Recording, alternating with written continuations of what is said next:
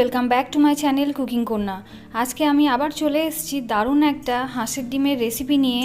তো ভিডিওটা আপনারা একদমই স্কিপ না করে শুরু থেকে শেষ অবধি দেখতে থাকুন যে আমি কিভাবে এই হাঁসের ডিমের রেসিপিটা বানাচ্ছি। তো চলুন ভিডিওটা স্টার্ট করা যাক। তো প্রথমেই 3টে হাঁসের ডিম এখানে সেদ্ধ করতে বসিয়ে দেওয়া হয়েছে। আর আজকে আমি রেসিপি বানাবো হাঁসের ডিমের পোস্ত। আর এখন আমি একটু আপনাদেরকে আমার এই উঠোনটা দেখিয়ে দিই যে কীভাবে বৃষ্টি পড়ছে, কত জোরে জোরে বৃষ্টি পড়ছে দেখুন।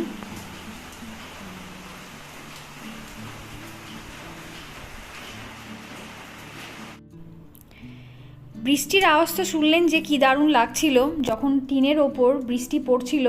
তো এই আওয়াজটা কিন্তু দারুণ লাগে শুনতে। আর এখন মা ডিম ছাড়িয়ে দিচ্ছে। তো ডিম ছাড়াতে ছাড়াতে আমি আপনাদেরকে দেখিয়ে দেবো আমার বাড়ির লাগোয়া যে ছোট্ট বাগানটা আছে, এই বাগানের দিকেও একবার আমি ফোনটা ঘুরিয়ে আপনাদেরকে দেখিয়ে দিচ্ছি। এই যে ছোট্ট বাগানটা দেখুন। তো এটা রান্নাঘর থেকে দেখা যায় আর দেখতেও খুব ভালোই লাগে। তো এই যে ডিম ছাড়ানো হয়ে গেছে, এখন মা পোস্ত বেটে দেবে। আর পোস্তটা এই পাথরের ওপর মানে মার্বেল পাথরের ওপর বাটা হচ্ছে, কারণ শিলটা অনেকটাই বড়, সবসময় ওটাকে ব্যবহার করা যায় না। আর আজকে লাইনও নেই, তাই এই পাথরের ওপর এটাকে বাটতে হবে। তো মা আমায় হেল্প করে দিচ্ছে।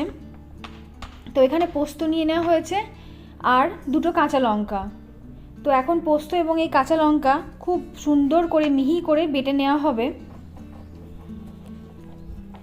মা যখন পোস্ত বাটছিল তখন মায়ের সাথে একটাই কথা বলছিলাম, মা আর আমি দুজনে বলছিলাম যে শিলনোড়ায় বাটার যে মশলার যে টেস্ট, ওটা কিন্তু একটা আলাদা রকমই টেস্ট।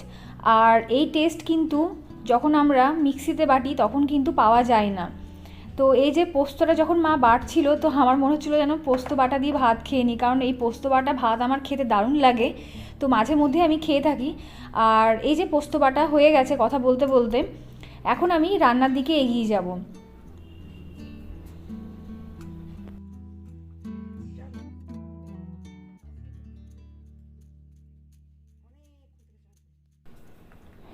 তো এই যে দেখুন পোস্ত বাটা হয়ে গেছে। এখন আমি এই যে 3টে ডিম রাখা আছে সেদ্ধ করা, এটাকে আমি হাফ করে কেটে নেব।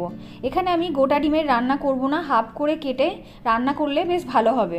ভিতর অবধি আমার যে পোস্ত রেসিপিটা যেটা আমি করছি, ডিমের ভিতর অবধি পোস্তটা বেশ যাবে। তো এই যে ডিমগুলো হাফ করে নেওয়ার পর আমি এখন একটা কড়াই বসিয়ে দেব। তো এখন আমি একটা কড়াই বসিয়ে দিয়েছি আর কড়াইয়ের মধ্যে দিয়ে দিয়েছি বড় চামচে 2 চামচ মতো তেল। এখানে আমি সাদা তেল ব্যবহার করছি। তেলটা গরম হয়ে এসছে, এখন আমি এর মধ্যে দিয়ে দেব কেটে রাখা ডিমগুলো। তো এখানে আমি একটু মতো নুন নিয়ে ডিমগুলোর মধ্যে মাখিয়ে দিচ্ছি। এবার আমি এই ডিমগুলো একে একে তেলের মধ্যে ছেড়ে দেব। ডিমগুলো হালকা 2 পিঠ ভাজলেই হবে। ছোটোবেলায় আমি হাঁসের ডিম খেতে একদমই ভালোবাসতাম না, কিন্তু এখন হাঁসের ডিম খেতে বেশ ভালোই লাগে। তখন যেন কেমন একটা মনে হতো আস্তে আস্তে গন্ধ, কিন্তু এখন এটা গন্ধ না, এখন এটাই কিন্তু খেতে দারুণ লাগে।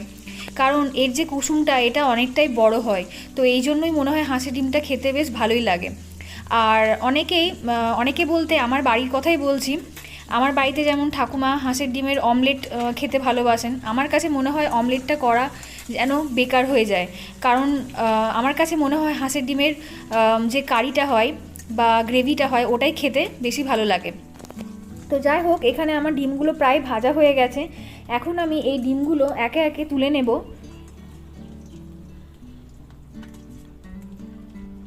আর আমি কিন্তু হলুদ ছাড়াই ডিম পোস্তটা করব। তো আপনাদের যদি মনে হয় যে একটু রঙটা একটু হলুদ হলুদ হবে, তাহলে হলুদ দিতে পারেন। আমি এখানে যেহেতু পোস্ত যেমন হয় সাদা সাদা, আমি সেরকমভাবেই রান্নাটা করব। তো এই যে ডিমগুলো আমার সব তোলা হয়ে গেল। এখন আমি এই যে ভাজা তেলটা আছে এর মধ্যেই আর একটু তেল দিয়ে দেব।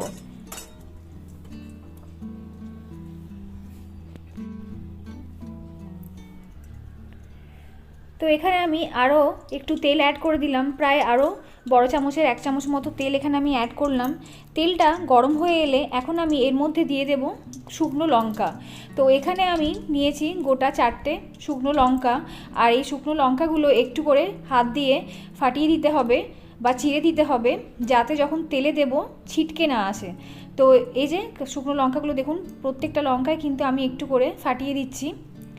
আর ওদিকে তেলটাও গরম হয়ে এসছে, তো এবার আমি এই লঙ্কাগুলো তেলের মধ্যে দিয়ে দিলাম।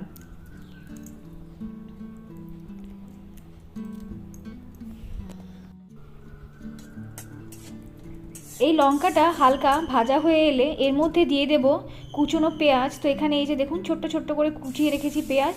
এই পেঁয়াজটা প্রায় বড় একটা পেঁয়াজ এর মধ্যে আমি দিয়ে দিলাম। এবার এটাকে হালকা লালচে লালচে করে ভেজে নিতে হবে। এই পেঁয়াজ ভাজতে ভাজতে আমি একটা ছোট্ট গল্প বলি। ছোট্ট গল্প বলতে আমার মামার বাড়ির গল্প। যখন ছোটোবেলায় মামার বাড়ি যেতাম, তখন দিদা এই হাঁসের ডিমগুলোই যখন বাড়িতে কম থাকতো তখন সুতো দিয়ে সেটাকে হাফ করে কেটে আমাদের খেতে দিত। আর হাঁস কিন্তু তখন বাড়িতেই, দিদাদের বাড়িতেই থাকতো পোষা হাঁস। তো ডিম যেমন হতো তেমন সবাইকে, প্রত্যেকটা যে বাচ্চাগুলো আমরা থাকতাম প্রত্যেককে ভাগ ভাগ করে দিত। গোটা হলে গোটা, আর হাফ যদি হতো তাহলে সুতো দিয়ে কেটে দিত। ওটাই দেখতে দারুণ লাগতো। তো আজকে এই রান্নাটা করতে করতে ওটাই মনে পড়ে গেল।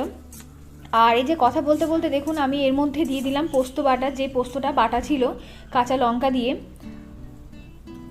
আর ওই বাটিতেই জল দিয়ে আমি এখানে প্রায় পুরোপুরি এক বাটি নয়, এক বাটির একটু কম আমি জল এর মধ্যে অ্যাড করে দিলাম।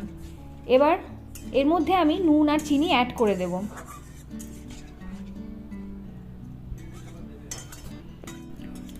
দেখতে কালারটা দেখুন একটু হলুদ হলুদ ভাব, কিন্তু এর মধ্যে তো হলুদ অ্যাড করাই হয়নি।